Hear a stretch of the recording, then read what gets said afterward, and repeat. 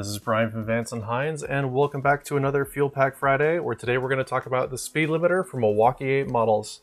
So from the main menu, let's go ahead and press Map Optimizations, press Speed Limiter, click the switch to off, back out, and hit the lightning bolt.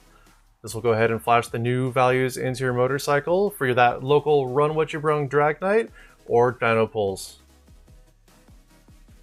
Now to do this another way, we'll go ahead and back out to the main menu, select View Edit Maps, press the highlighted map, go down to the General button, and you'll see the speed limiter menu here as well. And again, you can toggle the switch on and off, go back and flash it.